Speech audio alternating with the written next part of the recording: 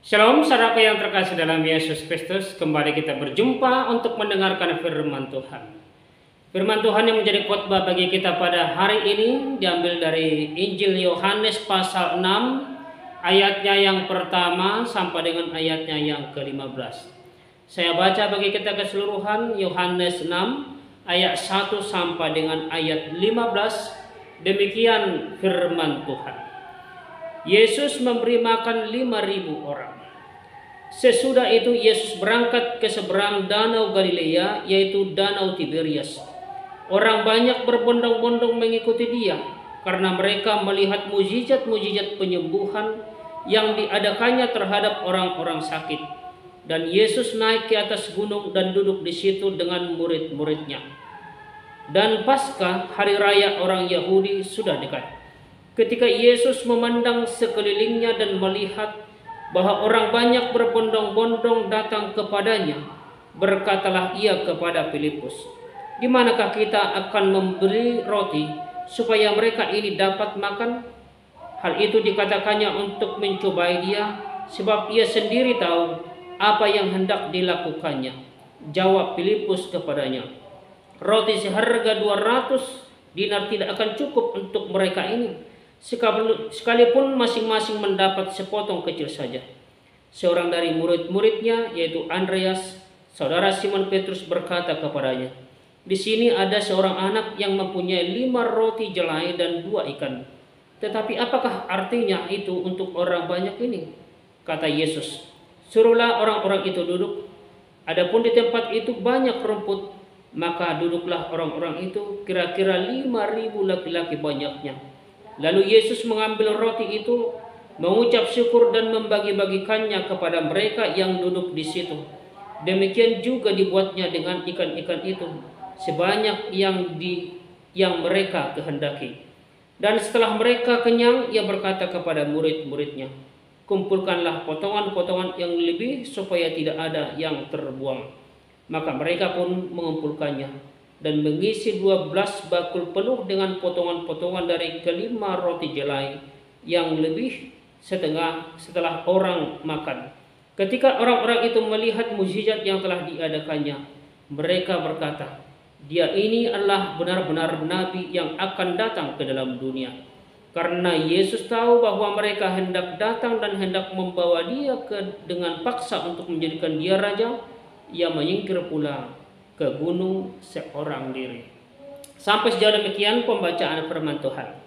Yang menjadi topik atau tema bagi kita pada hari ini, Yesus berkuasa memenuhi kebutuhan kita. Saudaraku yang terkasih dalam Yesus Kristus, berita tentang Yesus yang banyak membuat mujizat sungguh menarik hati banyak orang, sehingga orang berbondong-bondong mengikuti Yesus. Dan hari ini adalah berita tentang Yesus melakukan mujizatnya, memberi makan 5.000 orang dengan hanya 5 roti dan 2 ikan. Ini menunjukkan bahwa Yesus berkuasa memenuhi kebutuhan manusia, kebutuhan kita. Saudara yang terkasih dalam Yesus Kristus, apa yang Tuhan Yesus lakukan? Yang pertama sekali, Tuhan melayani kebutuhan. Di dalam Yohanes 6 ayat 5 tadi dikatakan, "Di manakah kita akan membeli roti supaya mereka ini dapat makan?" Supaya mereka ini dapat makan. Kita perhatikan saudaraku, kalau kita bandingkan dengan ayat paralelnya di dalam Markus 6 ayat 31, tersirat kebutuhan pribadinya pada saat itu, dan juga murid-muridnya ingin mengasingkan diri. Dalam dukanya, setelah mereka mendengarkan, mereka baru mendapat berita tentang Yohanes Pembaptis yang mati karena kepalanya dipenggal. Saudaraku, ya mereka sebenarnya mau beristirahat seketika, namun Tuhan tidak mementingkan dirinya, tetapi dia melihat kebutuhan orang lain yang datang kepadanya, yang datang mengikutinya. Dan dikatakan tadi, orang berbondong-bondong, banyak orang yang datang. Kurang lebih 5.000 orang laki-laki, kata Injil Yohanes. Dalam Markus 6 ayat 34 dikatakan, hatinya tergerak oleh belas kasihan. Dan inilah yang mendorong Tuhan Yesus melakukan pelayanan dengan menyembuhkan banyak orang sakit, karena tergerak belas kasihan. Dalam Injil Markus dikatakan ia juga mengajarkan banyak hal kepada mereka dalam Markus 6 ayat 34 itu. Saudara-saudara yang terkasih dalam Yesus Kristus, ada seorang penulis berkata, hati yang sekeras apapun jika diberi perasaan belas kasihan akan menjadi lemah lembut dan berkeinginan melakukan sesuatu. Saudaraku, Alkitab juga banyak mencatat hati Tuhan tergerak oleh belas kasihan dan ia menyembuhkan. Dan juga di dalam berita Injil dikatakan ia menjamah mata mereka. Ia mengulurkan tangannya, ia membangkitkan. Kenapa? Karena ada belas kasihan Tuhan di dalam setiap orang itu. Hati Tuhan tergerak oleh belas kasihan di saat mereka datang berbondong-bondong untuk mengikuti Yesus, melihat Yesus, mendengar Yesus, dan menyaksikan mukjizat Yesus dalam kehidupan mereka. Rasul Yakobus mengingatkan, karena itu ia katakan Allah menentang orang-orang congkak tetapi mengasihi orang yang rendah hati, yang datang dengan sepenuh hati kepada Tuhan Yesus Kristus, maka ia juga akan mengasihi setiap orang yang dengan rendah hati datang kepadanya. Yang kedua, apa yang dilakukan oleh Tuhan Yesus? Tuhan Yesus peduli kepada kehidupan itu. Kenapa, saudaraku? Yesus memandang sekelilingnya dan melihat orang banyak berbondong-bondong kepadanya. Yesus memperhatikan, oh sungguh luar biasa, sungguh banyak orang datang berbondong-bondong kepadanya dalam ayat yang kelima. Lalu dia berkata kepada murid-muridnya, suruhlah orang-orang itu duduk dalam ayat 10. Sementara dalam pandangan murid-murid Yesus, termasuk Filipus, berbeda dengan pandangan Yesus. Dalam Yohanes 6 ayat 7 dikatakan, roti seharga 200 dinar tidak akan cukup untuk mereka ini. Tak kala Yesus meminta, di manakah kita akan membelikan roti? Dan Andreas tadi menyatakan ada 5 roti dan 2 ikan yang dipunyai oleh seorang anak. Lalu Filipus berkata, roti seharga 200 dinar tidak akan cukup untuk mereka ini. Dalam Injil yang lain dikatakan dalam Markus 6 ayat 37, jadi haruskah kami pergi membeli roti dengan harga 200 dinar saja dan memberi mereka makan? Lalu beli di mana, saudaraku? Jumlahnya terlalu besar, terlalu banyak orang yang berbondong-bondong. 200 dinar juga tidak cukup. Alasan yang lain, suruhlah mereka pergi. Itu yang paling mudah, supaya jangan mengurusi mereka, tapi mereka mengurusi diri sendiri. Tapi pandangan Tuhan berbeda. Pandangan Yesus berbeda dengan murid-muridnya. Tidak perlu mereka pergi, kamu harus memberikan mereka makan, suruhlah mereka duduk. Supaya apa? Supaya mereka diberi makan. Saudara-saudaraku yang terkasih dalam Yesus Kristus, Tuhan mengutamakan kebutuhan yang ada dan sangat peduli kepada banyak orang. Peduli kepada kehidupan. Jangan sampai orang-orang kelaparan. Jangan sampai mereka tidak mendapatkan kebutuhan mereka. Lalu Tuhan memberikan perintah supaya mereka menyuruh duduk, supaya mereka ambil bagian dari berkat Tuhan, makanan dan minuman yang menjadi kebutuhan mereka. Yang ketiga, apa yang Tuhan Yesus lakukan, saudaraku? Tuhan mengadakan dengan kuasanya. Yang mereka punya hanya 5 roti dan 2 ikan. Lalu Yesus mendengar ke atas, lalu mengucap syukur. Setelah menyuruh orang-orang banyak tadi untuk duduk. Apa yang Tuhan lakukan dikatakan Yesus menengadah ke langit dan mengucap berkat, mengucap syukur. Dan hasilnya apa? Mereka semua bisa makan sampai kenyang. Roti masih sisa 12 bakul penuh. Masih banyak yang sisa. Mukjizat terjadi dan Tuhan sebagai sumber berkat menyediakan hingga berkelimpahan. Dan masih ada yang sisa. Mereka dicukupkan dengan kebutuhan mereka. Manusia, orang-orang yang berbondong-bondong datang kepada Yesus itu dicukupkan oleh Yesus. Mereka dicukupkan, kebutuhan mereka dicukupkan. Mukjizat dapat terjadi ketika kita mau beriman mengikuti Yesus, saudaraku. Mau beriman tidak bimbang dan mengikuti apa yang menjadi kehendaknya dengan berani berkorban di dalam mengikut Yesus Kristus dalam kehidupan kita.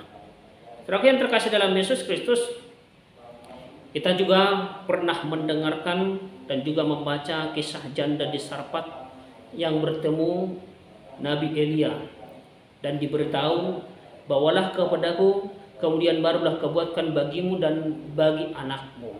Dalam 1 Raja-Raja 17 ayat 13 itu. Lalu setelah janda di Sarfat ini memberikan kepada Elia makanan itu, maka mereka dipenuhi berkat yang berkelimpahan. Saudara-saudara yang terkasih dalam Yesus Kristus, orang yang banyak berbondong-bondong mengikuti Yesus kemanapun Yesus bergerak. Sekalipun Yesus pergi dengan naik perahu, kalau dalam Injil Markus diceritakan. Sekalipun Yesus pergi dengan naik perahu, tapi orang banyak tak enggan mengikuti Yesus dengan berjalan melalui darat. Jalan yang sulit mereka lalui untuk tetap boleh bersama dengan Yesus, mengikuti Yesus. Mengapa mereka harus mengikuti Yesus, saudaraku? Apakah yang mereka harapkan dari Yesus sehingga mereka berbondong-bondong datang kepada Yesus? Yang mengikuti Yesus selalu memberikan makna bagi hidup manusia. Sebab Yesus penuh belas kasihan kepada yang ikut dengannya.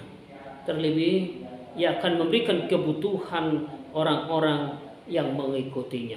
Dalam nats ini, Yesus memberikan dua bagian penting bagi kehidupan orang yang mengikut Yesus. Menyembuhkan penyakit dan memberikan makan. Yesus menyembuhkan mereka yang sakit. Apa penyakit orang-orang yang mengikuti Yesus itu? Sehingga mereka berbondong-bondong datang kepada Yesus. Dalam Injil Markus itu diceritakan bahwa ada orang yang disembuhkan. Mereka dapat berjalan mengikuti Yesus, berarti mereka tidak lumpuh sebenarnya. Mereka tidak tuli, sebab mereka bisa mendengarkan khotbah, mendengarkan ajaran Yesus. Mereka tidak bisa, sebab mereka juga bisa berkata, berbicara. Bukankah mereka sehat? Ya, mereka sehat secara fisik, tetapi memiliki penyakit rohani. Hidup mereka dilanda kegelisahan. Hidup mereka dilanda kekhawatiran. Hidup mereka dilanda kecemasan. Hidup mereka dilanda oleh rasa takut. Dan itulah penyakit orang kebanyakan pada hari-hari belakangan ini. Penyakit banyak orang. Hati Yesus tergerak oleh belas kasihan sehingga Yesus menyembuhkan penyakit mereka. Saudara yang terkasih dalam Yesus Kristus, orang yang telah disembuhkan itu tidak ada yang beranjak pulang. Tapi mereka selalu mengikuti Yesus. Mereka tetap ada di sekitar Yesus sekalipun hari menjelang malam. Mereka selalu datang kepada Yesus. Mereka tidak lagi lapar. Mereka tidak lagi haus. Tidak lagi mengantuk. Tidak lagi khawatir. Tidak lagi takut. Tidak lagi gelisah. Mereka justru senang berada di sekitar Yesus. Sehingga mereka berbondong-bondong datang mengikuti Yesus. Mereka senang berada di dekat Yesus. Justru yang gelisah yang kita lihat adalah murid-murid Yesus sendiri. Murid-murid Yesus khawatir atas makanan orang banyak itu.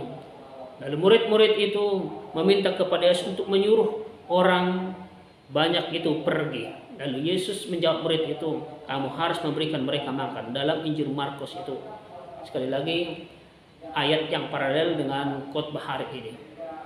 Para murid menjawab, yang ada hanya 5 ikan, 5 roti dan 2 ikan. Yang ada hanya 5 roti dan 2 ikan. Yesus berkata, bawalah itu kepadaku. Lalu Yesus berdoa, dan ikan dan roti itu didoakan. Yesus menengadah ke langit dan mengucap berkat. Yesus memecah-mecahkan roti itu dan memberikannya kepada murid-muridnya. Sekali lagi mereka membagi-bagikan kepada halayak ramai dan masih ada sisa. Tadi Yesus dikatakan dalam firman Tuhan, yang makan itu kurang lebih 5.000 orang sampai kenyang hanya dengan 2 ikan dan 5 roti. Saudara yang terkasih dalam Yesus Kristus, Allah kita adalah Allah yang luar biasa. Yesus kita adalah Yesus yang luar biasa. Sesungguhnya Yesus menyediakan segala kebutuhan kita, segala keperluan kita. Karena itu, sebagaimana orang yang berbondong-bondong kepada Yesus, datang kepada Yesus, datang mendekatlah kepada Yesus. Orang yang percaya datang dan mendekatlah kepada Yesus. Yesus melakukan mujizatnya. Yesuslah adalah Allah yang dapat memenuhi kebutuhan kita, kebutuhan manusia. Tak perlu bertanya bagaimana Yesus membuat mujizat.